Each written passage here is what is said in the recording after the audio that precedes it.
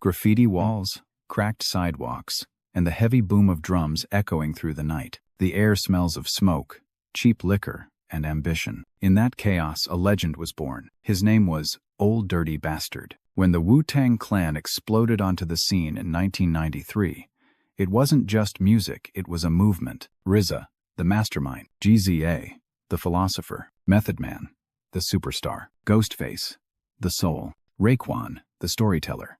And right in the middle of all that genius stood a man no one could predict, contain, or ever forget. ODB. He didn't just rap, he lived his verses. He screamed them, laughed through them, cried in them. He was chaos with rhythm, a broken mirror reflecting truth, madness, and brilliance all at once. With his gold teeth flashing, hair wild, and one lens missing from his glasses, ODB walked on stage like a man who owned the world and might just burn it down for fun. Behind the madness was pain. Behind the laughter, a deep sadness. He grew up poor in Brooklyn, raised on gospel, rhythm, and raw survival. He wanted freedom, not fame. And in chasing it, he gave hip-hop something it had never seen before.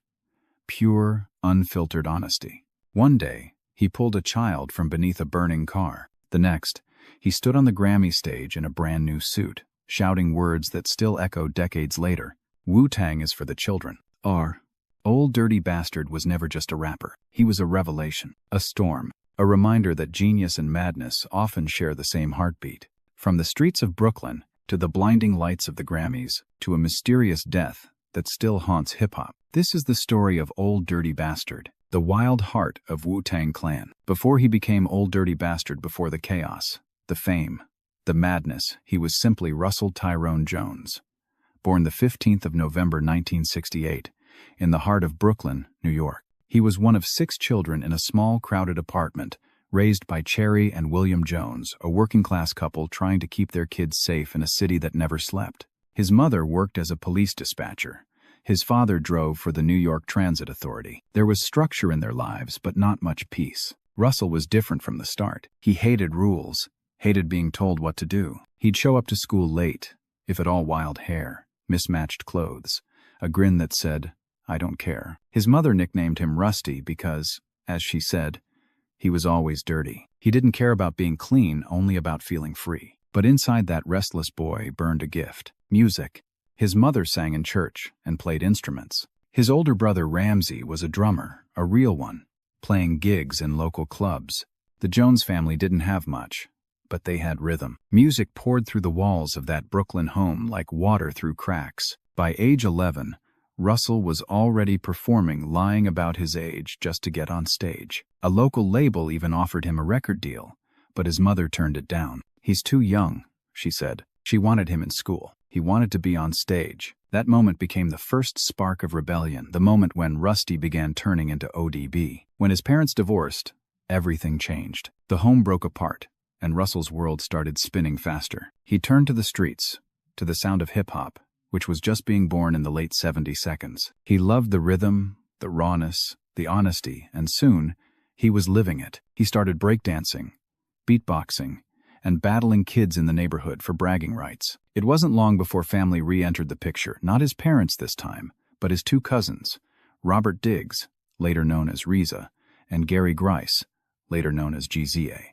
The 3 were inseparable. They called themselves the All In Together Now crew. They made homemade beats on cassette decks, recorded raps in basements, and dreamed of changing the world. They were young, hungry, and fearless. They studied 5% Nation philosophy, soaked up the wisdom of their older cousin Papa Wu, and filled their minds with spiritual codes, mathematics, and street lessons. That knowledge became their armor and their weapon. ODB would later lace his verses with that wisdom, hidden beneath his humor and wild energy. But even in those early years, he was unpredictable. He'd freestyle with intensity 1 minute, then burst out laughing, jump off stage, or start dancing mid-rhyme. He wasn't like anyone else, and he didn't want to be. While RZA and GZA focused on perfecting their craft, Russell wanted to feel it to make hip-hop dangerous again. By the mid-1980 seconds, the trio was gaining local buzz, performing anywhere that had a microphone. They dreamed of signing to a label, of bringing Brooklyn's raw energy to the world. But life had other plans. GZA and RZA would both get early record deals, and both would get burned by the system. And ODB, left watching it all from the sidelines, began to understand one brutal truth. The music business wasn't built for black men like him, not ones who refused to play by the rules. It was in that rejection, in that anger, that Old Dirty Bastard was truly born. The name came from an old kung fu film, but the spirit came from the streets. There's no father to his style. Russell Jones was no longer just a kid from Brooklyn. He was a voice of rebellion, a mirror of chaos, a soul that refused to be tamed. By the late 1980 seconds, New York City was a battleground of beats and concrete. Crack smoke drifted through the streets like a ghost. Boom boxes blasted Run D, MC, Eric B, and Rakim, and Public Enemy. In that chaos, three cousins from Brooklyn and Staten Island were quietly sharpening their swords. RZA, Jeezy, and Russell Jones, now calling himself Old Dirty Bastard, were ready to build something the world had never seen. They had already tried the system. RZA had signed with Tommy Boy Records under the name Prince Rakeem. Jeezy had inked a deal with Cold Chillin' Records. Both were chewed up and spit out by the industry. They'd seen the contracts, the lies, the gatekeepers. So when RZA came back home to Brooklyn, he had a new plan, one that would change hip-hop forever. He told ODB and Jeezy, "We're gonna form a group. 9 generals, 9 swords, 1 sound. Oof." They called it Wu-Tang Clan. Inspired by the Shaolin Kung Fu films, they watched endlessly movies where warriors fought for honor, for freedom, for survival. That's what Wu-Tang was. Hip-hop as a martial art. Every verse was a blade, every MC a fighter. The original lineup was massive: RZA, Jeezy, Method Man, Raekwon, Ghostface Killah, Inspector Deck, U-God, Master Killa, and Old Dirty Bastard, the wildest of them all. If RZA was the brain, and Jeezy was the wisdom, ODB was the soul, raw, unpredictable, and electrifying. When they hit the studio, the energy was chaos and brilliance colliding. They recorded a song called Protect Ya Neck, grimy, unapologetic, and nothing like what the radio wanted. They sold it out of car trunks in local record shops, and just like that, the underground caught fire. Brooklyn loved it. Staten Island, Shaolin, as they called it, loved it. New York City was buzzing. Steve Rifkind, head of Loud Records, saw their homemade video for Protect Ya Neck on a local TV show and couldn't believe what he was seeing. 9 rappers?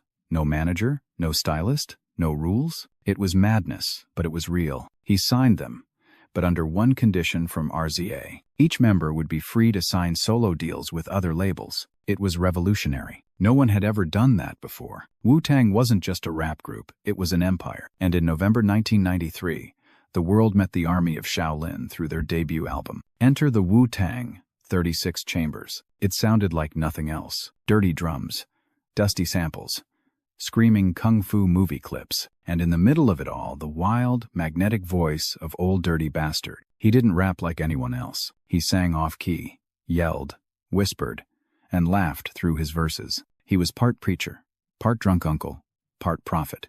On tracks like Shame on a Nigga and Protect Ya Neck, he was pure energy, unpredictable and alive. The world had never seen anything like him. The album exploded. Critics called it revolutionary. Fans called it real. It went platinum, redefining East Coast hip-hop and bringing the underground back to life. The Wu was more than music. It was a philosophy. It was knowledge, struggle, and survival turned into art. Their symbol, that sharp golden W, became a badge of power for kids from every block.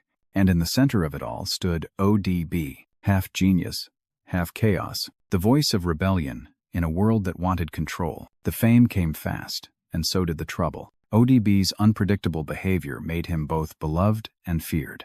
He'd storm stages, steal microphones mid-performance, laugh in the face of authority. He wasn't acting, that was him. A man too raw for the system he'd just helped change. But for that brief, shining moment, 1993 to 1995, the world was his stage. Wu-Tang ruled the airwaves. The East Coast had risen again, and the name Old Dirty Bastard became legend. He was the heart of the storm, and the storm was just beginning. Fame hit Old Dirty Bastard like a bomb. One day, he was the loudest voice in a dusty Staten Island studio. The next, he was a platinum-selling star with a Grammy nod and chaos in his eyes. When Wu-Tang exploded, labels fought to sign the wildest of them all. ODB joined Elektra Records, and in 1995, dropped a masterpiece of madness, Return to the 36 chambers, the dirty version. The cover? His food stamp card. The message? I came from nothing, and I'm still real. Brooklyn Zoo. Shimmy, shimmy, ya. No polish, no filter, just raw, beautiful chaos. ODB didn't rap, he erupted. The album went platinum. The man became legend. But fame was gasoline to his fire. He'd crash stages, snatch microphones, start fights and laugh while doing it. He was unpredictable, untamed, and unstoppable. Then came Mariah Carey's call. She wanted him for her fantasy remix. He showed up drunk, 3 hours late, demanded champagne and cash, then recorded the most iconic verse of her career. Me and Mariah go back like babies and pacifiers. It was chaos. It was magic. It was ODB. Soon, his name was everywhere for all the wrong reasons. Arrests, drug rumors, paranoia. He started talking about government plots, FBI agents, secret plans to silence rappers. People laughed. But behind those wild eyes, ODB was spiraling. Then came the Grammys. Wu-Tang lost. ODB stormed the stage and shouted, "Wu-Tang is for the children. Puffy is good, but Wu-Tang is the best." The crowd gasped. The cameras rolled. And a legend was born, part hero, part madman. What they didn't know? Just one day before that outburst, he'd pulled a 4-year-old girl from under a burning car. That was ODB, unpredictable, wild, and human. A man who could save a life one day and set the world on fire the next. He was a storm, brilliant, broken, unforgettable. And every storm eventually runs out of rain. By the late 90 seconds, Old Dirty Bastard was no longer just a rapper, he was a headline. Every stage crash, every mugshot, every outburst became front-page news. And behind the chaos, a man was breaking apart. Fame had turned into surveillance. ODB told interviewers that the FBI was watching him, that they wanted to erase rappers who spoke the truth just like Tupac and Biggie. Most people laughed, but the fear in his eyes said otherwise. In reality, the system was watching. By 1998, he'd been arrested multiple times for assault, for drugs, for wearing a bulletproof vest as a convicted felon. He'd been shot during a robbery in Brooklyn, drove himself to the hospital, then walked out before the doctors could treat him. He was running from everyone, the police, the labels, and maybe himself. When he was pulled over in 1999, police found 20 bags of crack cocaine in his car. That was the moment everything changed. No more music, no more freedom. They sentenced him to 2 to 4 years in prison. For ODB, it was the beginning of the end. In prison, the madness turned to silence. He was locked inside Clinton Correctional, a maximum security facility filled with killers and gangsters. He told family members that his life was in danger every day. He said guards beat him, inmates threatened him, and someone wanted him dead. He started taking medication just to survive, to stop the voices, to stop the fear. He called home and told his mother, "They're trying to put something inside me." His mentor, Papa Wu, claimed the system was trying to implant a chip in his body. Whether real or imagined, paranoia was all he had left. By the time he got out in 2003, the world had moved on. Wu-Tang was fractured, and Dirty was lost. But Dame Dash and Rockefeller Records gave him one last chance, $1 million deal, a promise of redemption. VH1 followed him with cameras for a documentary called Inside Out, ODB on parole. The footage was haunting. He laughed, joked, rapped. But there was something hollow behind his eyes, like a man standing at the edge of something he couldn't name. He said the hardest part about freedom was staying away from drugs because life without them is just too boring. He was trying to rebuild. He performed again with Wu-Tang at Rock the Bells. He smiled on stage, screamed his famous growl, and disappeared backstage like a ghost. Friends said he wasn't the same, quieter, slower, disconnected. Then came the 13th of November, 2004, 2 days before his 36th birthday. ODB was in the studio with RZA, working on new music. He complained about chest pains, said his heart was racing. Moments later, he collapsed. When paramedics arrived, he was already gone. The cause? An accidental overdose of cocaine and tramadol. He died with a faint smile on his face. For the world, it was shocking. For those close to him, it wasn't. They'd watched the light fade for years. His mother said, "He wasn't crazy, he was misunderstood." His wife said his last wish was simple: "Make sure I get what's mine." Even in death, his estate became a war, royalties, rights, and the fight for his legacy. But legends never really die. Today, ODB lives in every wild verse, every broken rhythm, every artist who refuses to play by the rules. He was chaos and genius in one body, the sound of a man who could never be caged. Old Dirty Bastard was more than his madness. He was truth unfiltered, untamed, unforgettable. Even after his death, Old Dirty Bastard refused to fade away. You can still feel him in the bass lines, in the chaos, in the way a rapper dares to break the rules. ODB wasn't just part of hip-hop. He was hip-hop raw, unpredictable, and alive. He left behind no perfect image, no polished legacy. What he left was truth, and truth is never pretty. In an era when the industry demanded perfection, he gave them imperfection. When they wanted silence, he gave them madness. When they wanted a product, he gave them a soul. That's why his name still echoes through artists who color outside the lines, who rap off beat, who live on their own terms. He paved the way for every eccentric, every misfit, every rebel with a mic. Without ODB, there would be no Young Thug, no Tyler, no Kanye as we know them. He taught the world that genius doesn't come with polish, it comes with pain. His son, Young Dirty Bastard, carries that fire, now performing his father's songs on tour, keeping the madness sacred. RZA still calls him the spirit of freedom in its purest form. And maybe that's what ODB always was, freedom personified. He wasn't a villain. He wasn't a saint. He was the voice of every broken dreamer who refused to bow down. The man who stood on a Grammy stage and shouted, "Wu-Tang is for the children." That was never just a line. It was a prophecy, because decades later, the children are still listening. They study his verses, his interviews, his laughter, trying to understand a man who could make you laugh, cry, and question everything in the same breath. Old Dirty Bastard didn't die in that studio. He just transformed into myth, into music, into memory. His story reminds us that even in chaos, there's beauty. Even in madness, there's meaning. Because dignity doesn't need applause, and real art, the kind that shakes your soul, never dies. Rest in power, Old Dirty Bastard. The world wasn't ready